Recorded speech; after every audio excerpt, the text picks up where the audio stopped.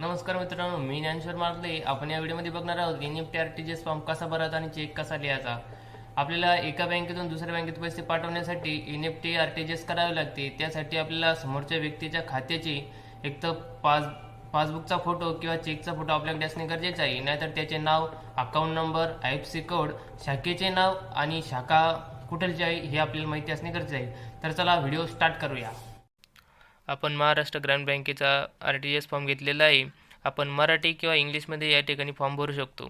या ठिकाणी ब्रांच म्हणजे आपण ज्या शाखेतून आर-टी-जी-एस करणार त्या बँकेचं नाव या ठिकाणी टाकायचं आहे. त्यानंतर इथे डेट म्हणजे आपल्याला ज्या दिवशी आपण आर-टी-जी-एस करणार ती तारीख या ठिकाणी टाकून घ्यायची आहे.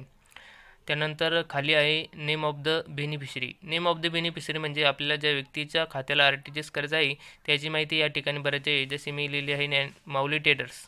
त्यानंतर बँकेचं नाव, माऊली ट्रेडर्सचं खातं कोणत्या बँकेत आहे ती माहिती आपल्याला या ठिकाणी भरायची आहे. जसं की एच-डी-एफ-सी बँकेत हे खातं आहे. त्यानंतर आपल्या ब्रांचचं नाव टाकायचं आहे. ते ब्रांच कोणत्या ठिकाणी आहे, जसं की मी टाकलं आहे सिल्लोड. त्यानंतर आपल्याला अकाउंट नंबर टाकायचा आहे. अकाउंट नंबर आपल्याला व्यवस्थित टाकून घ्यायचा आहे या ठिकाणी. त्यानंतर आपल्याला आयएफसी कोड टाकायचा आहे. जसं की मी टाकलेला आहे एच-डी-एफ-सी 0024. त्यानंतर आपल्याला ही समोरच्या व्यक्तीची माहिती झाली. आता आपल्याला ॲप्लिकंट्स नेममध्ये आपली माहिती टाकायची आहे. या ठिकाणी आपली नाव लिहायचं आहे संपूर्ण. त्यानंतर आपल्याला अकाउंट नंबर लिहायचा आहे. आपला अकाउंट नंबर या ठिकाणी टाकायचा आहे. त्यानंतर अमाऊंट या ठिकाणी टाकायची आहे. चार्जेस वगैरे काही लिहायचे नाही आहे.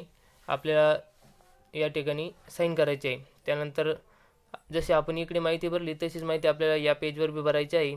वर आपल्या बँकेचं नाव, त्यानंतर तारीख, नंतर आपल्या समोरच्या व्यक्तीचं नाव, बँकेचं नाव, ब्रांचचं नाव, नंतर अकाउंट नंबर, त्यानंतर आपल्याला आयएफसी कोड टाकून घ्यायचा आहे. या ठिकाणी खाली ॲप्लिकंट नेममध्ये आपलीच माहिती भरायची जे आपण इकडच्या पेजवर भरली तशीच.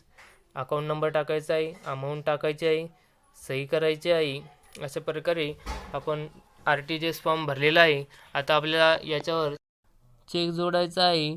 जर आपली अमाऊंट 2 लाखाच्या खाली असेल तर त्याला एन-ई-एफ-टी म्हणते आणि आपली अमाऊंट जर 2 लाखाच्या वर असेल तर त्याला आर-टी-जी-एस म्हणतात. आता आपण या ठिकाणी चेक घेतलेला आहे. या ठिकाणी आपल्याला सर्वप्रथम तारीख टाकून घ्यायची आहे.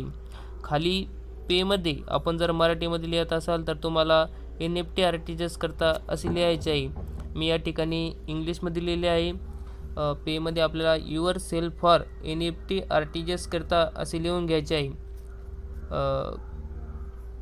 असे लिहिल्यानंतर खाली रुपयामध्ये आपल्याला अमाऊंट टाकायची आहे अक्षरामध्ये.